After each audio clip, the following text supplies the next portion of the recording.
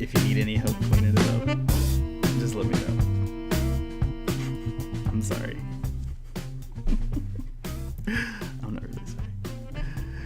Anyways. Well, guys, welcome back. This is Mitch. Welcome to my Feed the Beast Let's Play episode. Let's Play series. Last time, well, not last time, but the time before last time we pranked Joe with the ice mountain. The time before, we started working on a mob tower that I had my turtle building for me, and we're now going to do the grand reveal. You see a little corner? Ready? Oh, F1. Where's F1? Yeah. Okay, here we go. And you ready? One.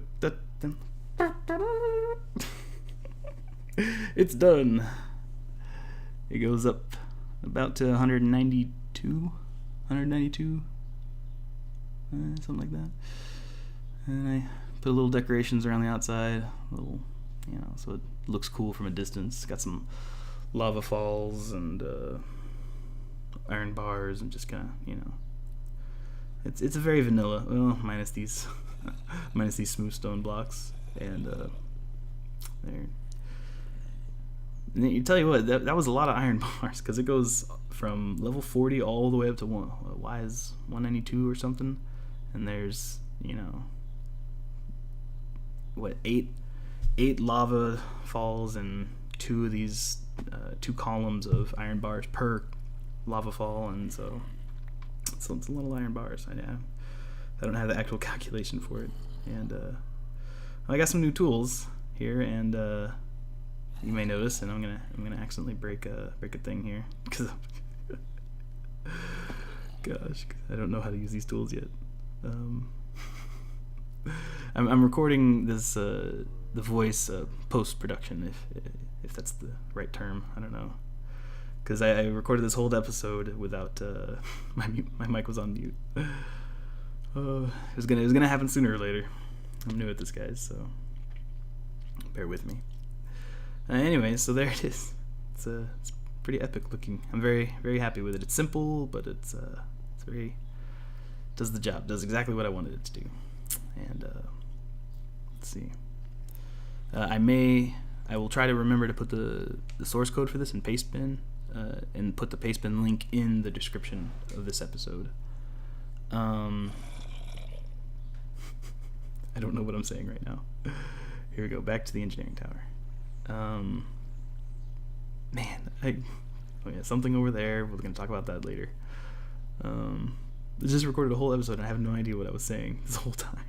It's like, oh man. I think I'm going to start looking at the engineering tower. Yeah. It's had some upgrades recently, or additions, whatever you want to call them. Okay, move on, Mitch. Look at the tower. Okay.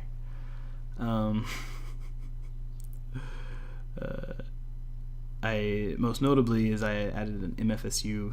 You can see there on the right. Yeah, here it is.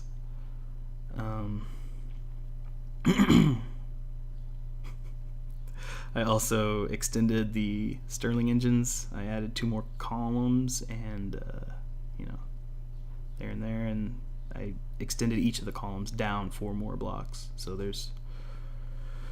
I think there's somewhere around 70 Stirling. Somewhere around 70 Stirling engines, so I can get about 70 MJ per tick, ish maybe.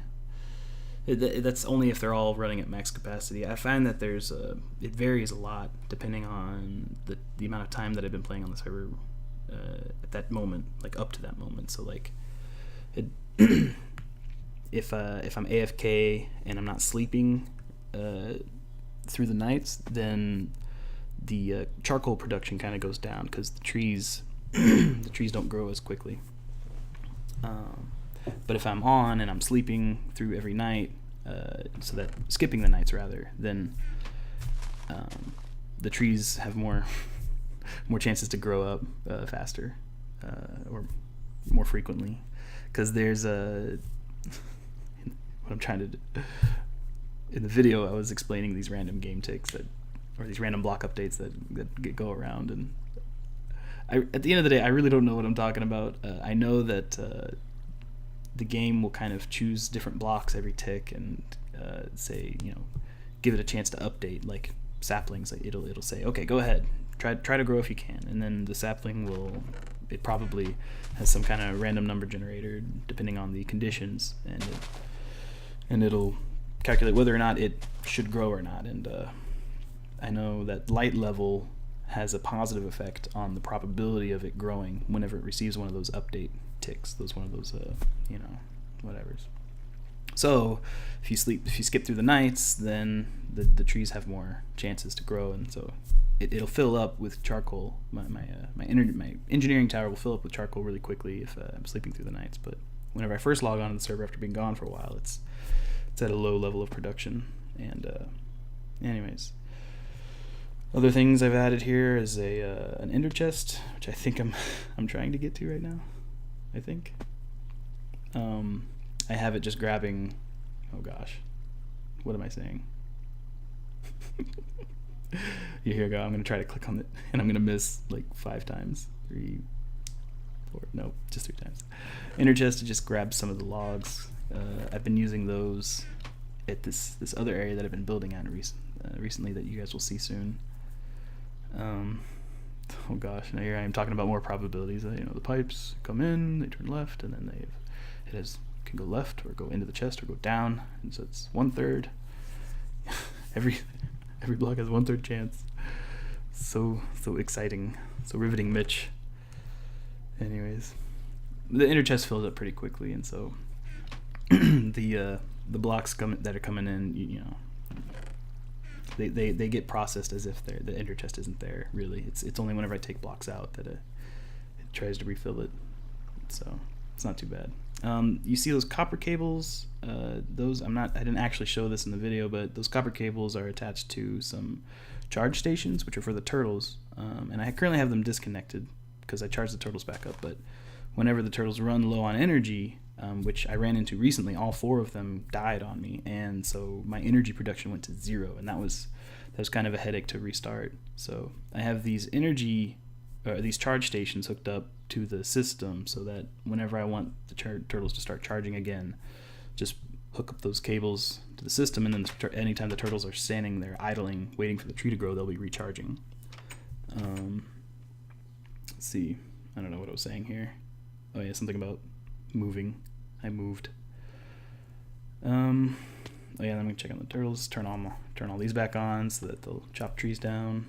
I'm gonna try to automate this to where you see those deployers that are next to them.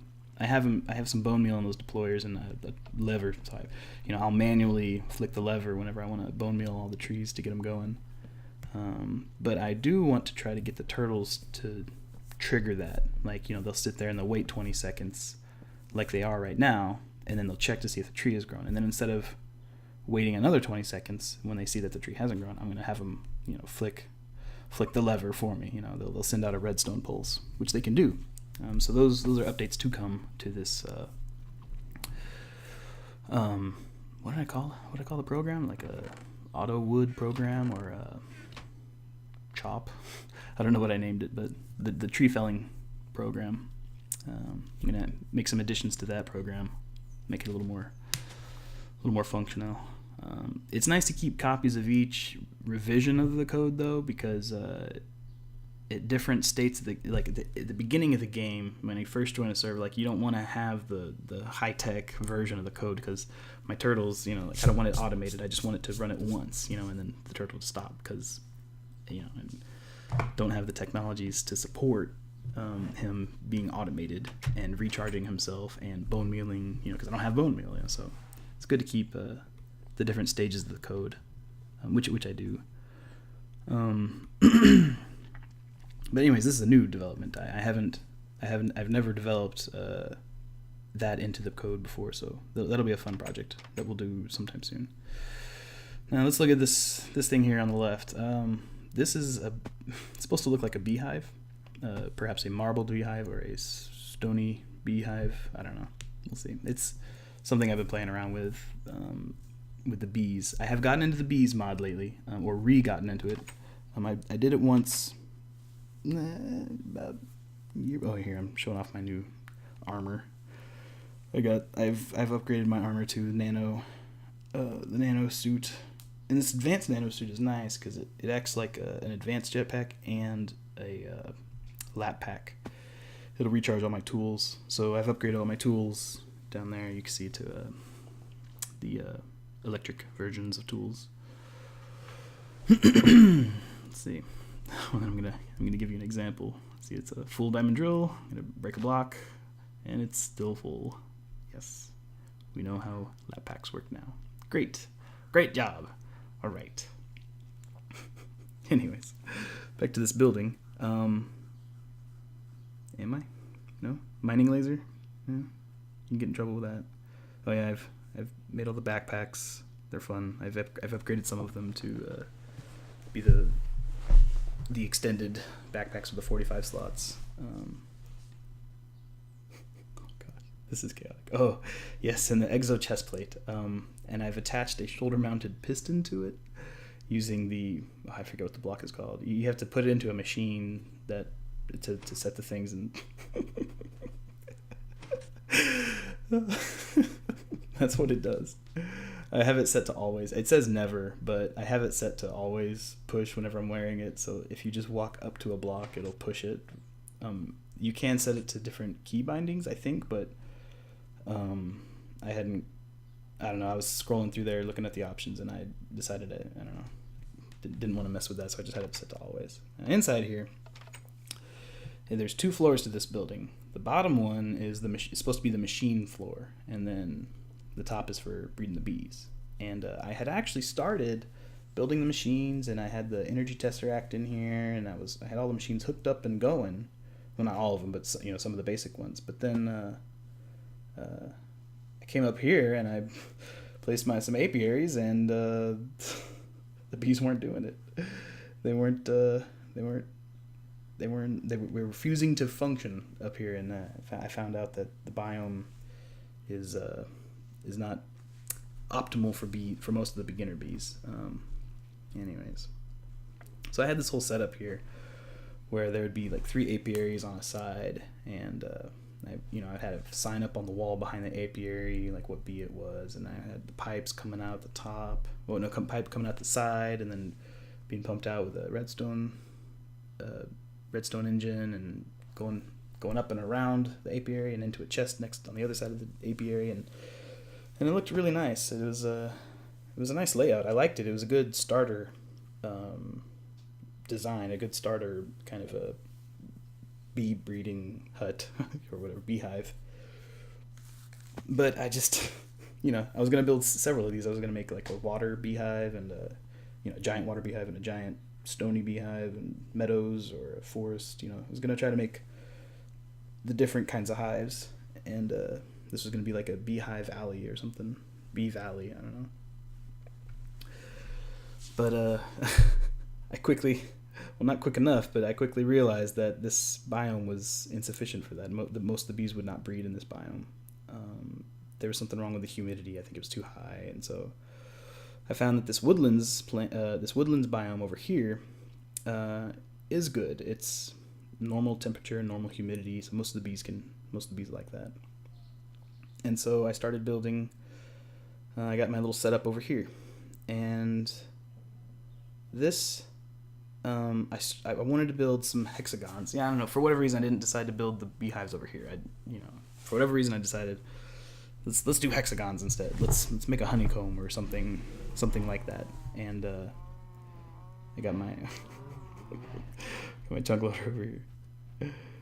And so I started. I didn't know how exactly I wanted to build it, but I just built this giant hexagon, and it's too big. So I'm in the process of tearing it down, and I'm going to rebuild the things that you see underneath this platform that I'm standing on.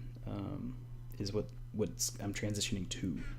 But anyways, I had about 6 apiaries behind where I'm looking right now, and that's where I was doing all the crossbreeding, and I was using those soul frames you saw on the chest. Excuse me. And as I would get a pure bee, I would stick them over there on the left and have them just automate and just be making lots of drones and lots of honeycombs, because you need a lot of honeycombs. You need lots of honey to do this, and lots of beeswax for the various things. And oh yeah, what I was talking about here was I was recommending that you don't have to do the bees in any particular order, right? But I would recommend trying to go down the Imperial branch first and the Industrious branch first. I don't know if that's the actual names of the branches, but they end with the Imperial bee and the Industrious bee. And so, yes. Imperial, Industrious. I don't know what I was saying here. I was going back and forth. Oh, jeez. The Imperials make royal jelly, and the Industrious bees make pollen. Here I was running over here to see what it was called. I couldn't remember pollen. And you use these things to make... This is going to be so out of sync. Oh, these loud cows. Oh yeah, I turned it down to 0%. And you can still hear them. Does 0 not mean 0? Off. There we go. 0 must have been like rounded down. It's probably like 0.2 and then rounded down to 0. I don't know. Newness. This game, apparently I don't know anything. Anyways, the pollen and the royal jelly are used for taking your bees to the next level, right?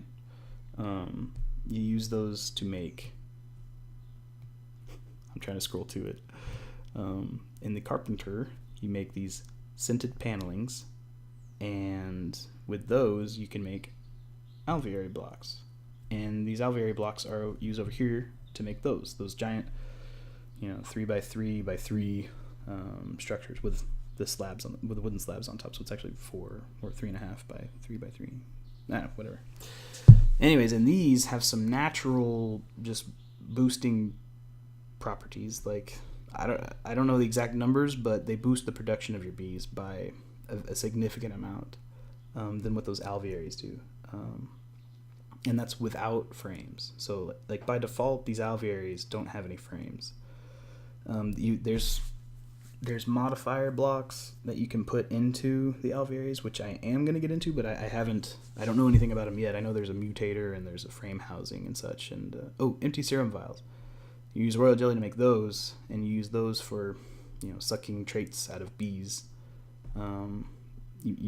I forget the name. I forget the name of the actual machine, but you put the bees in one of those machines, and it grinds them up and takes their attributes out and puts them in those serum vials.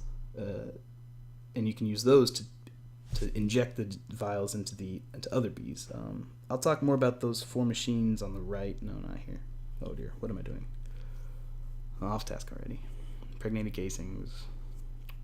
Oh yeah. The carpenters use honey and seed oil, and so I had to, and I use a lot.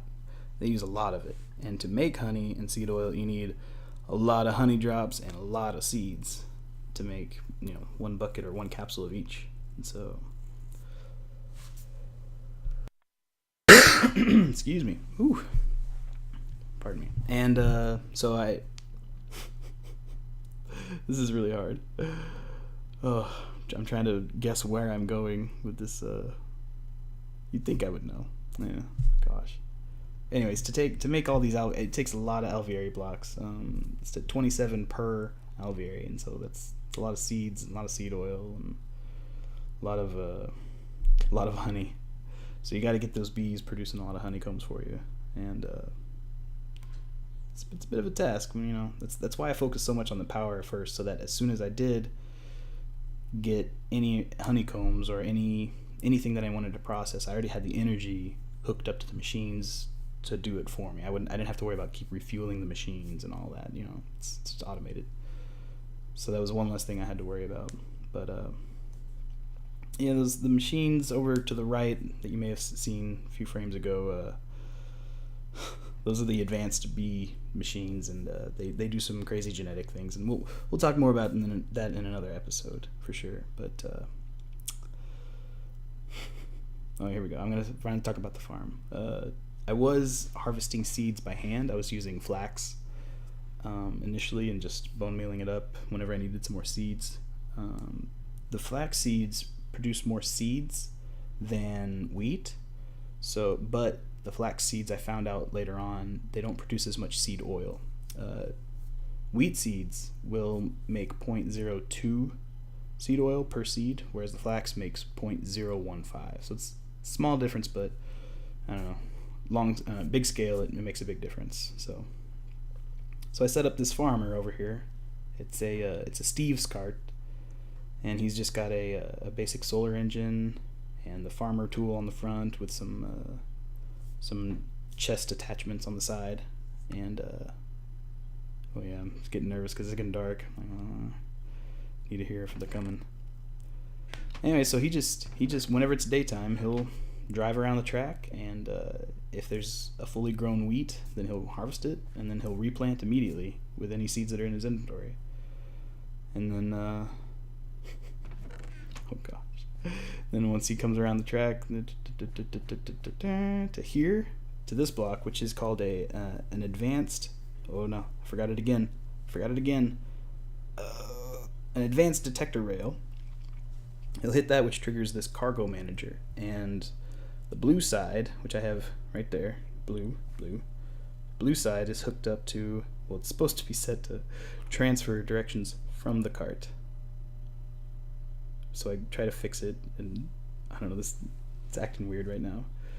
I haven't touched that thing in a while. I don't know why it changed. Anyway, so it goes in the cargo manager, and it takes things out of the cart, and then I have a wooden pipe down there pulling things out of the cargo manager, and they're just coming up through this diamond pipe getting sorted. So I got wheat on the left and seeds on the right, and got a lot of seeds. Lots. Yeah. Anyways.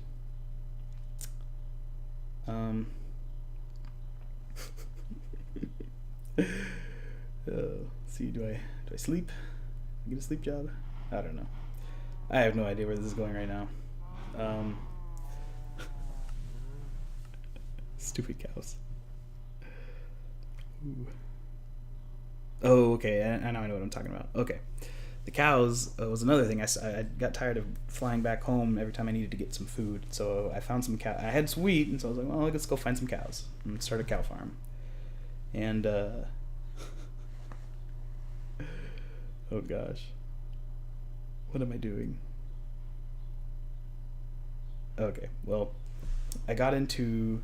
Yeah, I'm going to look through my inventory to see if I have it, but I don't. I'm looking for a soul shard. I got into some soul shardness. It's as closest to the magic mod that I've gotten to. It's the only thing that I've touched so far.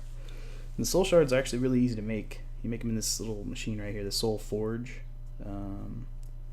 And let me show you the recipe for the shard, I think. Yes, soul shard. And it's just 1 diamond with some corrupted essence, and you get 3 soul shards per diamond, which I didn't think at first. I thought it was just a 1-to-1 type of deal. And this corrupted essence stuff is actually really easy to make. The glowstone is the hardest part to get. So you just smelt down some soul sand to get some vile dust, and mix that with some glowstone, and then there you go. Put 8 of them in there, and then it'll cook 1 diamond. Intruders. Anyways, sleep job. Sleep.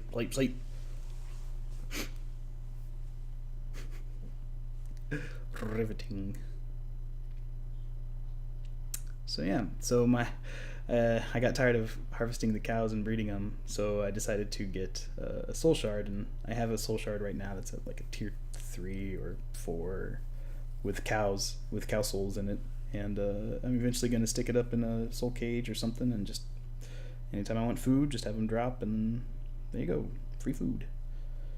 Easy mode. This is Minecraft on the easy mode. I think I'm talking about flowers here now. I don't know. I think I'm going to cut it here and then go to the part right before where I start recording with my mic again. Because I don't think I talked about anything all that exciting here. I don't think I showed you anything useful. Oh, okay. I'm showing you the design. I based the design of the honeycombs off of these the honeycombs in this apiary, the hexagons in the apiary right here. And if you take a screenshot of it and put it into Paint and zoom in all the way, and then show the grid lines, you'll see I did a ratio of like a every 3 by 3 pixels you see in there, it becomes a 1 by 1 block here. So 9 blocks here turns into 1 block in the real world. Real world.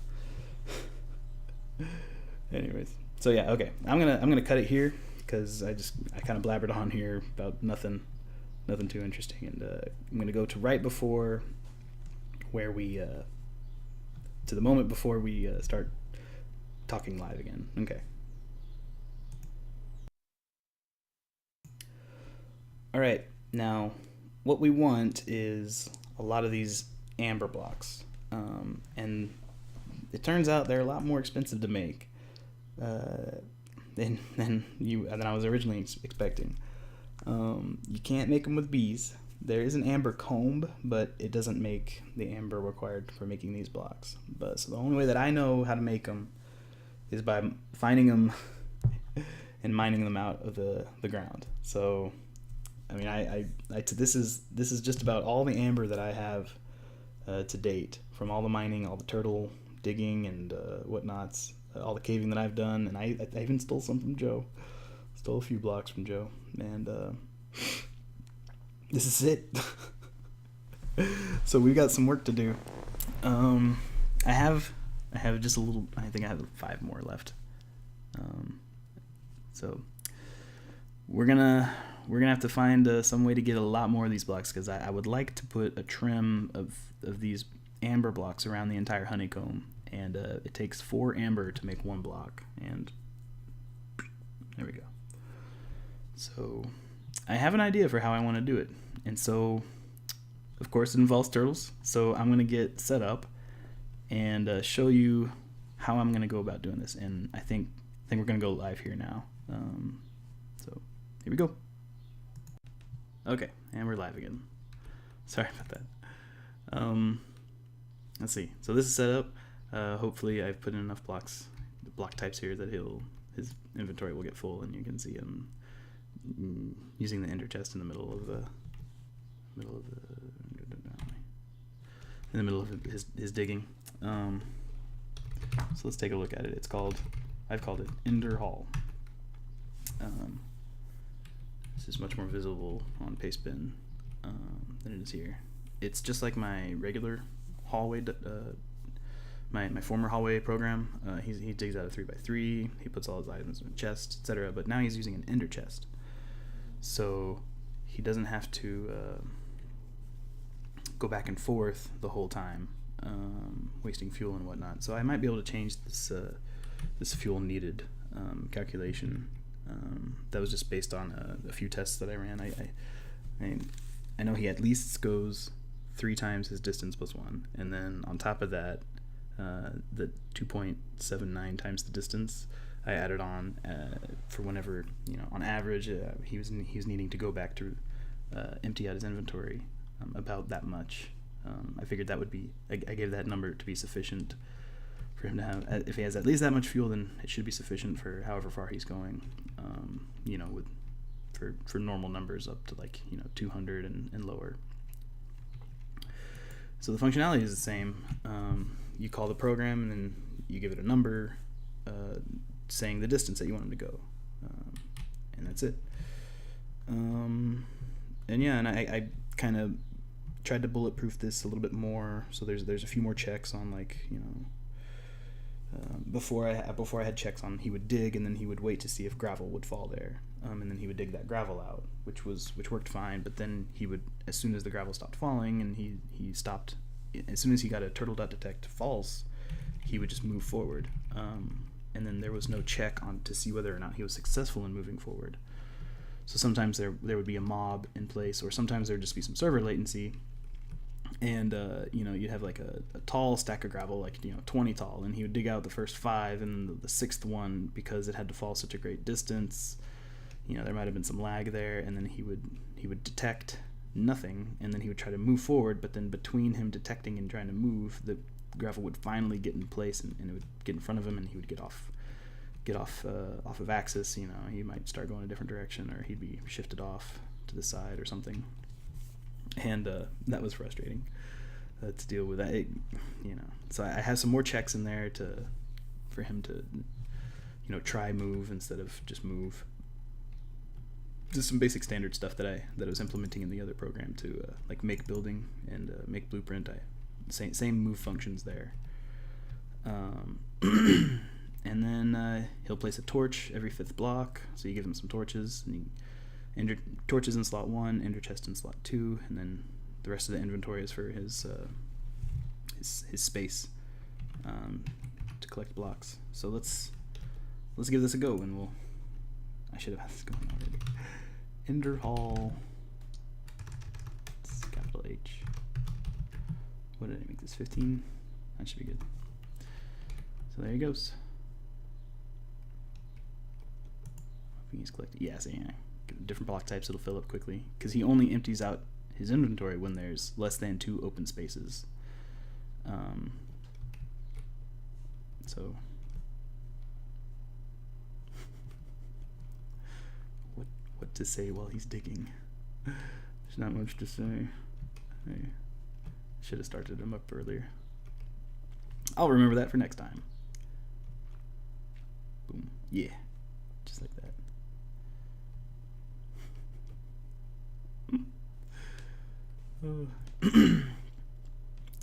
So, yeah, boom. And then he dumps the stuff in the chest.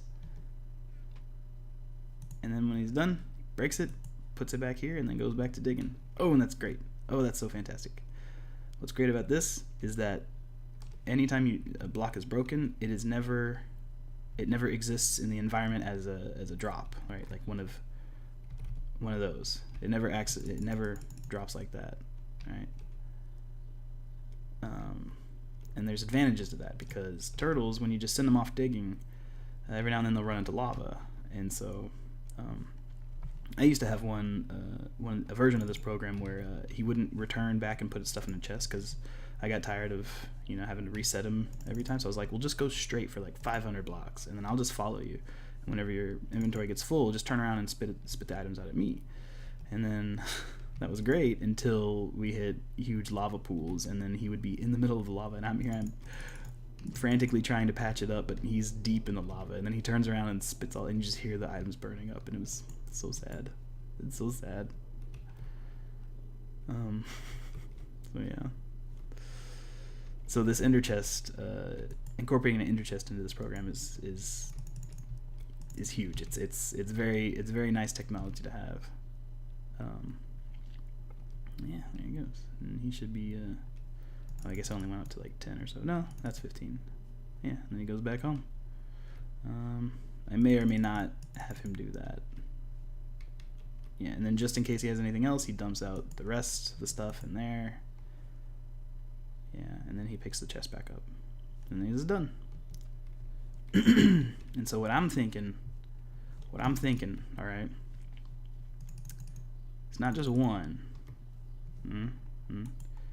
And not just 4. We'll do 4 first, just for testing purposes. But I'm thinking like, what's the next number? 9, or 9, or even 16. I'm thinking 16 turtles set up in an array, like where there's one here, and then 3 blocks over there's one here, and then one there, right? There's 4, and then I want to do 4 up as well. So like 1, 2, 3. There'd be a turtle there, okay, and then there'd be another turtle 3 blocks up over here, and then so forth. So like I'm thinking an array of turtles, like a grid. No, what's it called? A lattice.